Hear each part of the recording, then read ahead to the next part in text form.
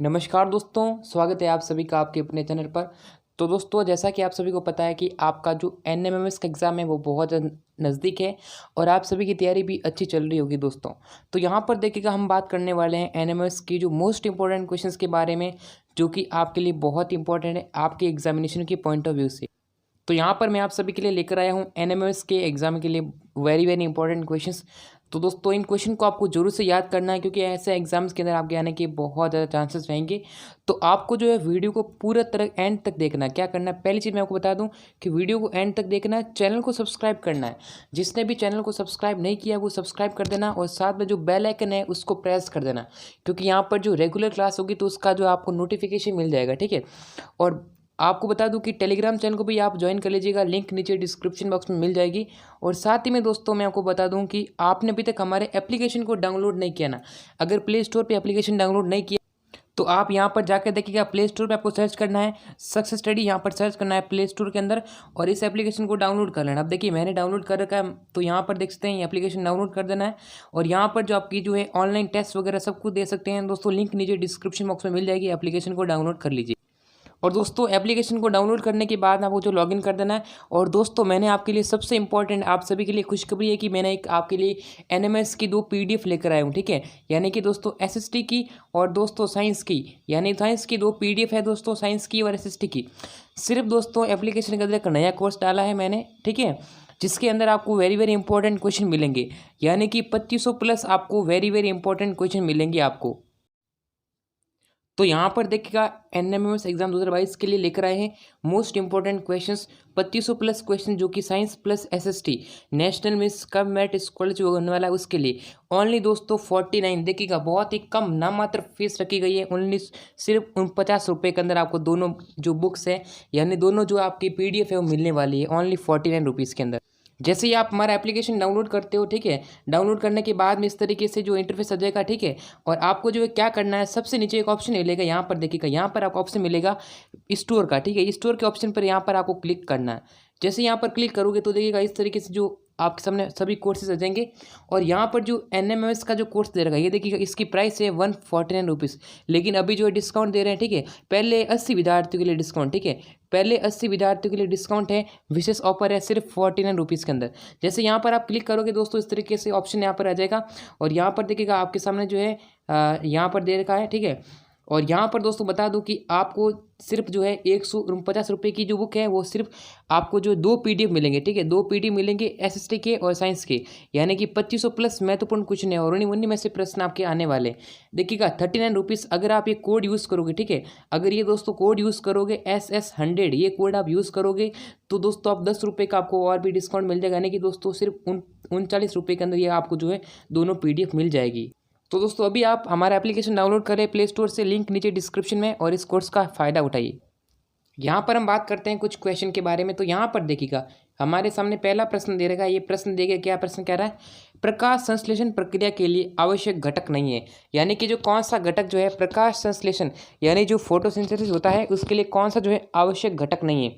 तो उसके लिए कौन कौन सा जरूर नहीं, देखिएगा आवश्यक घटक नहीं है, क्लोरोफिल, सूर्य का प्रकाश, जल या ऑक्सीजन। तो यहाँ पर हमारा ऑक्सीजन करेक्ट आंसर हो जाएगा।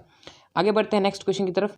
क्वेश्चन आपको पूछा गया है कि एक कोशिकीय जीव है, कौन सा जो है एक कोशिकीय जीव है, एक कोशिकीय, यानी कि दोस्तों यहाँ पर जो है एक कोशिकीय जो सेल होती है उसके बारे में आपको बताना, ठीक है। यूनिसेल्युलर आपको ऑर्गेनिज्म कौन सा हो जाएगा, तो यहाँ पर इस क्वेश्चन का जो करेक्ट आंसर हो जाएगा एक कोशिकीय जीव कौन सा दोस्तों, वो हो जाएगा हमारा अमीबा, यानी कि जो विद्यार्थी ऑप्शन नंबर 3 आंसर दे रहे हैं, ठीक है, अमीबा, ठीक है, अमीबा इस प्रश्न का। तो बच्चों, पढ़ाई में डाउट्स आते हैं, सॉल्व नहीं हो पा रहे हैं, तो घबराइए मत, इसका सॉल्यूशन है डाउटनेट ऐप। जिस भी सवाल में आपको डाउट्स है तो उसकी फोटो क्लिक करनी है, उसे क्रॉप करना है, और 5 सेकंड के अंदर अंदर आपको उसका वीडियो सॉल्यूशन मिल जाएगा। यानी अब पूछिए अपने अनलिमिटेड डाउट्स कहीं भी कभी भी। अब चाहे आपका सवाल क्लास 6 से 12वीं आईटी जेईई नीट का हो, या फिर सीबीएसई, यूपी, बिहार, राजस्थान या अन्य स्टेट बोर्ड का हो, कोई भी सब्जेक्ट हो, physics, chemistry, maths, biology, science, आपके सभी सवालों के जवाब मिलेंगे सिर्फ डाउटनेट ऐप पर। साथ ही डाउटनेट पर चल रही है क्लास 9वीं से 12वीं आईटी जेईई नीट की ऑनलाइन क्लासेस, जिसका हिस्सा बनकर देश के सभी राज्यों के बच्चे लेकर आए हैं रैंक 1। तो आज ही डाउटनेट ऐप इंस्टॉल करो, अपने सभी डाउट्स को भगाओ और टॉप रैंक ले आओ। लिंक डिस्क्रिप्शन में दिया गया का करेक्ट आंसर हो जाएगा, ठीक है। तो दोस्तों, इस प्रकार से आंसर होगा, और आप भी साथ में जो है नीचे आंसर लिखते रहे, ठीक है।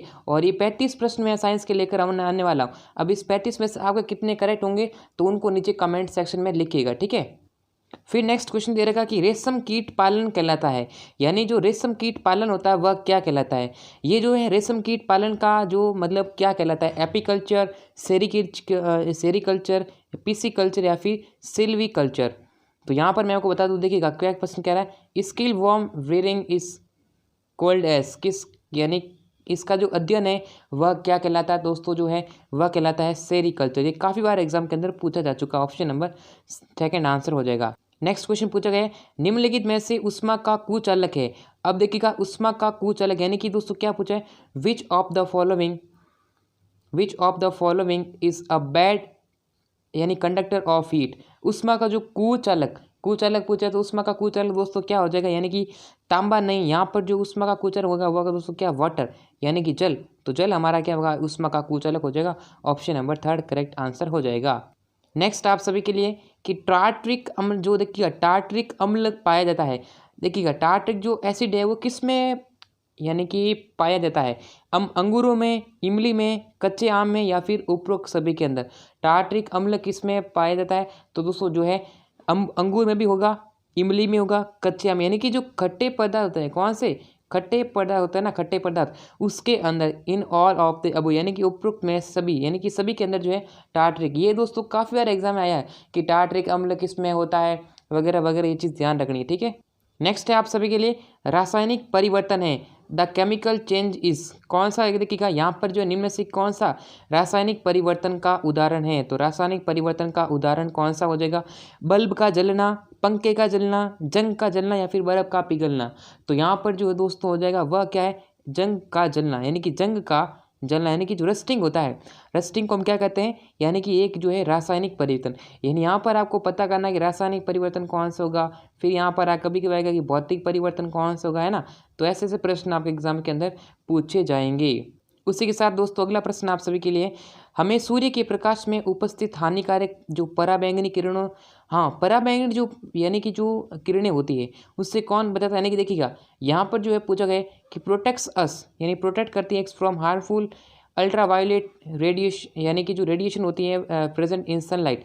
तो दोस्तों यानी कि हमें जो अल्ट्रा से कौन बचाती है, यानी अल्ट्रावायलेट, दो दोस्तों वह कौन सी होगी, यानी कि दोस्तों ओजोन परत पर जो है थी पराबैंगनी किरणें, कौन सी, ओजोन परत, यानी ऑप्शन नंबर फॉर हमारा करेक्ट आंसर होगा। नेक्स्ट क्वेश्चन है आप सभी के लिए, निम्नलिखित में से कौन सा जंतु ध्रुवीय क्षेत्रों में पाया जाता है। निम्नलिखित में से कौन सा जंतु जो है वो ध्रुवीय क्षेत्रों में पाया जाता है। तो यानी जो ये होते हैं ध्रुवीय क्षेत्र, भाई ध्रुव कितने, देखिएगा ध्रुव होते हैं ना, ध्रुव दो प्रकार के होते हैं भाई। ध्रुव कौन सा होगा, एक होता है उत्तरी ध्रुव, उत्तर वाला, और एक होता है दोस्तों दक्षिणी ध्रुव। अब आपको पूछा है कि उत्तरी ध्रुव यानी उत्तरी कौन सा ध्रुवीय, यानी कि आप पूछा है कि ध्रुवीय क्षेत्र में कौन सा पाया जाता है। तो देखिएगा ध्रुवीय क्षेत्र के अंदर कौन सा होगा, तो यहाँ पर हमारा आंसर होगा पेंगुइन जो होते हैं वो ध्रुवीय क्षेत्र में आप पाए जाते हैं। नहीं आप देखोगे दोस्तों व्हाइट कलर के, ठीक है। वायु के वेग की माप करने वाले उपकरण को क्या कहते हैं, यानी कि वायु का जो वेग होता है उसके जो मापक होते हैं, यानी कि उसका जो इंस्ट्रूमेंट है कौन सा काम में लिया जाता है।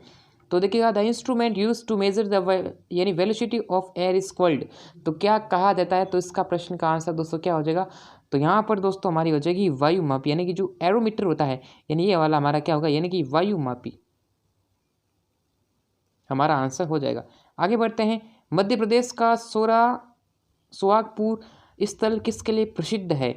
तो किसके लिए फेमस है दोस्तों, यहाँ पर आपको बताना 1975 में आए भूकंप के कारण, प्राचीन मंदिरों के कारण, या फिर किसके लिए प्रसिद्ध है, ठीक है। तो यहाँ पर आपको बता देना, तो इसका जो आंसर हो जाएगा दोस्तों वह हो जाएगा, देखिएगा सुरारियाँ और मटके बनाने के लिए, for making jars and pots, जो मटके होते हैं उनके बनाने के लिए कौन सा, देखिएगा मध्य प्रदेश का जो सोहागपुर स्थल है वह प्रसिद्ध है। अगला प्रश्न देखा, त्वचा द्वारा शोषण करने वाला जीव कौन सा है। वह जीव जो अपनी त्वचा द्वारा शोषण करता है। तो इसका जो आंसर होगा दोस्तों केंचुआ जो है, यानी अर्थवर्म होते हैं ना, अर्थवर्म देखे होंगे आपने, हमारा आंसर यानी अर्थवर्म करेक्ट हो जाएगा, यानी ऑप्शन नंबर सेकंड वाला आंसर होगा। आगे बढ़ते हैं, रक्त परिसंचरण तंत्र यानी कि रक्त परिसंचरण यानी कि ब्लड सर्कुलेशन सिस्टम है, उसकी जो खोज किसने की थी, काफ़ी बार एग्जाम के अंदर पूछा है। तो दोस्तों विलियम हार्वे, ऑप्शन देकर ही उड़ाना है, तो विलियम हार्वे हमारा परफेक्ट आंसर हो जाएगा। आगे बढ़ते हैं नेक्स्ट क्वेश्चन की तरफ, द्विलिंगी पुष्प कौन सा है, यानी आपको बताना है कि द्विलिंगी पुष्प कौन सा हो जाएगा। तो यहाँ पर आपको इस प्रश्न का आंसर देना है, द्विलिंगी पुष्प जो हो जाएगा वह क्या हो जाएगा, आंसर बताइए।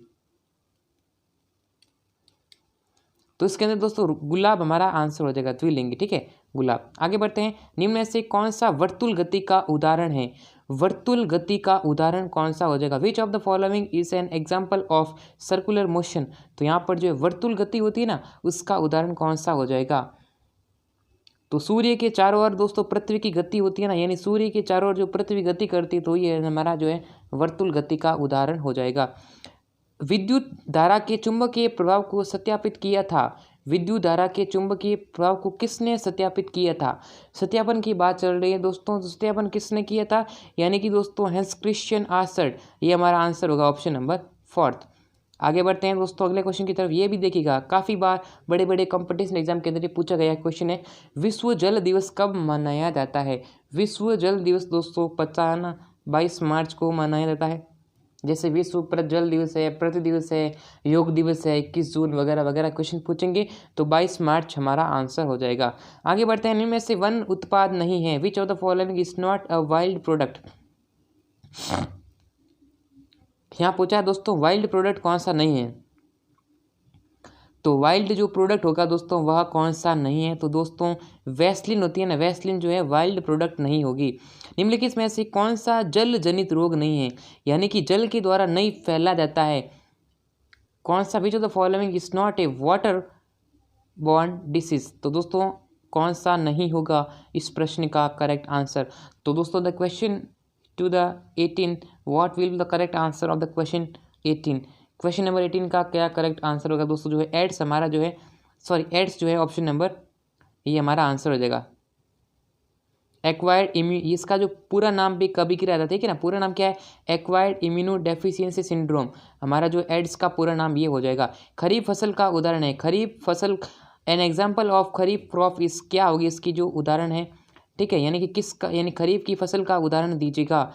तो खरीफ की फसल दोस्तों ये हो जाएगी सोयाबीन, ठीक है, सोयाबीन हमारी खरीफ की फसल का उदाहरण हो जाएगा। आगे बढ़ते हैं नेक्स्ट क्वेश्चन की तरफ। यहाँ बात करते हैं, देखिएगा, पैकेटों या थैलियों में आने वाले दूध को खराब होने से बचाने के लिए किसका उपयोग किया जाता है? तो यहाँ पर दोस्तों पैकेट और कोई थैली है, उसमें आने वाले दूध को खराब होने से बचाने के लिए किसका बचाने के लिए किया जाता है? To prevent the milk coming in packets from spoilage is done होने से, यहाँ पर दोस्तों क्या आंसर होगा? तो ये होगा दोस्तों पाश्चुरीकरण होता है ना,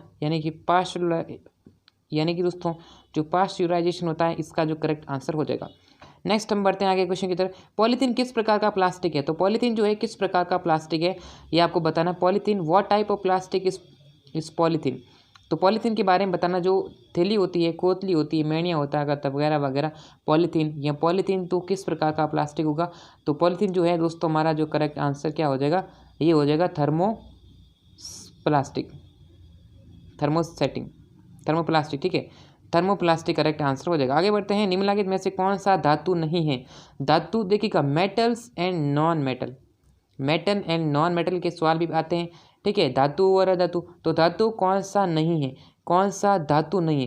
तांबा, भाई तांबा, कॉपर तो धातु हो गई, तांबा है, एल्यूमिनियम है, लोहा है, सल्फर नहीं। धातु का मतलब क्या है? जैसे आप किसी को बजाओगे, जैसे कोई लोहा है, तो लोहा एक प्रकार का धातु है, उसको मारो, ठीक है, उसको मतलब टक टक करो तो आवाज़ देगा तो धातु होगा, आवाज़ नहीं करता तो भाई अधातु हो जाएगा, ठीक है। वाहनों के लिए सबसे कम प्रयुक्त प्रदूषक ईंधन है। वाहनों के लिए सबसे कम यानी जो प्रदूषक है, कौन सा ईंधन हो जाएगा? ईंधन यहाँ पर बताने की कोशिश करनी है। तो 23rd आंसर क्या होगा दोस्तों? वह हो जाएगा हमारा, यानी कि जो संपीड़ित प्राकृतिक गैस है, यानी कि कंप्रेस नेचुरल गैस है, ठीक है, CNG गैस होती है ना, CNG संपीड़ित प्राकृतिक gas, compress natural gas, option number 3 is the correct answer. Next question की बात करते हैं, निम्नलिखित में से कौन सा स्वतः दहन का उदाहरण है? यानी कि दोस्तों which of the following is an example of auto combustion? Auto यानी कंबस्शन होगा दोस्तों, इसका आंसर होगा, क्या होगा आंसर? स्वतः दहन। तो स्वतः दहन का उदाहरण दोस्तों वह हो जाएगा हमारा श्वेत, यानी कि श्वेत फॉस्फोरस, यानी कि white phosphorus, option A is the correct answer. किसे कोशिका का ऊर्जा संयंत्र माना जाता है? Which is considered as the power plant of कोशिका सेल? सेल का दोस्तों किसे माना जाता है? तो यहाँ पर जो है ऊर्जा संयंत्र, तो कोशिका का जो ऊर्जा संयंत्र जो है माइटोकॉन्ड्रिया को माना जाता है। यानी दोस्तों ये हमारा आंसर होगा। आगे बढ़ते हैं, मुर्गी अंडे के ऊपर क्यों बैठती है? तो मुर्गी दोस्तों अंडे के ऊपर क्यों बैठती है, तो किस लिए? Why does a chicken sit on the top of an egg? तो यहाँ पर आपको बात करते हैं, इस क्वेश्चन का आंसर देने का प्रयास करना है। तो यहाँ पर इस क्वेश्चन का करेक्ट आंसर दोस्तों 26 का आंसर हो जाएगा। यानी दोस्तों ये हो जाएगा हमारा उस्माइन के लिए इंक्यूबेट करना है, इसका आंसर हो जाएगा। निम्नलिखित में से कौन सा नर जनन हार्मोन है? निम्न में से कौन एक जो है नर जनन आगे सवाल पूछा गया है कि नर जनन हार्मोन है। तो दोस्तों ये आपको काफ़ी बार बता रखा, मैंने पिछली क्लास भी ली थी, तो इसमें आपको बिना आँख की देखना आंसर टेकना, ठीक है, ये आंसर हमारा हो जाएगा। काफ़ी बार मैंने बताया आपको, और रटाने की कोशिश नहीं बल्कि समझाया भी आपको। बल का मात्रक, द यूनिट ऑफ फोर्सेस, बल का जो मात्रक क्या हो जाएगा? तो बल का मात्रक दोस्तों क्या है? पास्कल क्या, ये हमारा आंसर होगा न्यूटन, ठीक है ना, ये हमारा आंसर हो जाएगा बल का मात्रक। आगे बढ़ते हैं, घर्षण को कम करने वाले पदार्थ को क्या कहते हैं? The substance which reduces friction is called, किसे कहा जाता है घर्षण को कम करने वाला?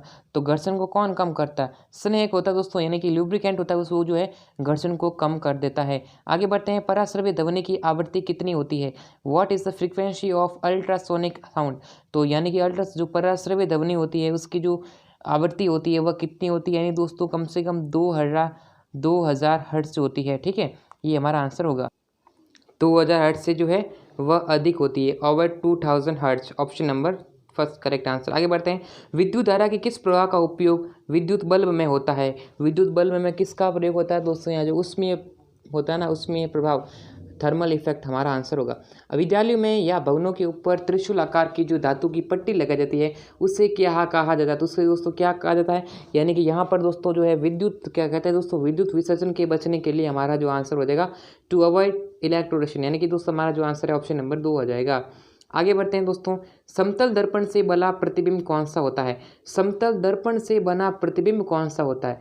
समतल दर्पण दोस्तों काफ़ी बार मैंने बता रखा समतल दर्पण के बारे में, ठीक है, लेंस है, उत्तल लेंस है, अवतल लेंस है, ठीक है, दर्पण वगैरह है, समतल दर्पण वगैरह, तो उनसे जो प्रतिबिंब बनता है, ठीक है, what is the image made of a plane mirror, यानी कि जो यहाँ होता है, यानी जो ये होता है ना प्लेन मिरर, तो प्लेन मिरर से जो प्रतिबिंब बनता है उस प्रतिबिंब का नाम क्या होगा दोस्तों? यानी कि वह हमेशा होगा आभासी प्रतिबिंब। कौन दोस्तों?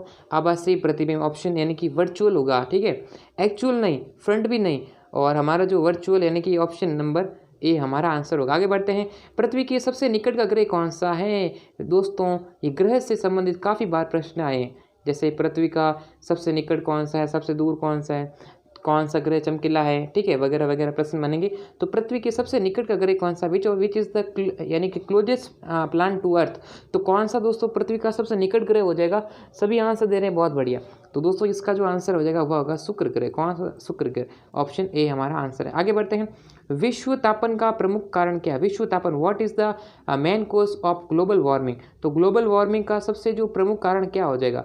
तो ग्लोबल वार्मिंग दोस्तों पता ही है आपको, तो ग्लोबल वार्मिंग के सबसे प्रमुख कारण हो जाएगा वो हो जाएगा दोस्तों कार्बन डाइऑक्साइड की बढ़ती मात्रा, यानी कि increasing amount of carbon dioxide, ये वाली सबसे ज़्यादा इंपॉर्टेंट है, ऑप्शन नंबर 3। तो उम्मीद करता हूँ आप सभी का पेपर आपने दिया है। ये हम आज की क्लास के अंदर साइंस के very very important question discuss किए, 35 क्वेश्चन डिस्कस किए। नेक्स्ट क्लास के अंदर और भी ऐसे इंपॉर्टेंट क्वेश्चन लेकर आए। तो आप बताना नीचे कमेंट सेक्शन के अंदर भी आपको 35 में से कितने प्रश्न सही लगेंगे।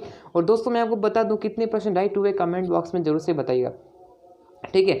ऑनलाइन टेस्ट देना तो उसके लिए लिंक नीचे डिस्क्रिप्शन में दे रखी है, टेस्ट के लिए लिंक दे रखी है नीचे डिस्क्रिप्शन में, और एप्लीकेशन को दोस्तों डाउनलोड कर लीजिएगा, लिंक वीडियो के नीचे डिस्क्रिप्शन मिल जाएगी।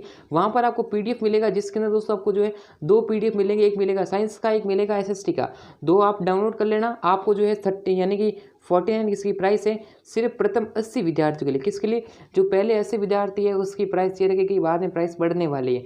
तो ऑब्वियसली दोस्तों प्राइस आपको पहले बढ़ेगी, 80 विद्यार्थियों के लिए प्राइस है, ठीक है। प्रथम जो 80 विद्यार्थी परचेस करेगा उनके लिए 49 रुपीज़ है, और एक्स्ट्रा डिस्काउंट भी 10 रुपीज़ का मिल जाएगा। अगर आप SS100 कोड यूज़ करोगे तो आपको 10 रुपीज़ का एक्स्ट्रा डिस्काउंट मिलेगा, ठीक है।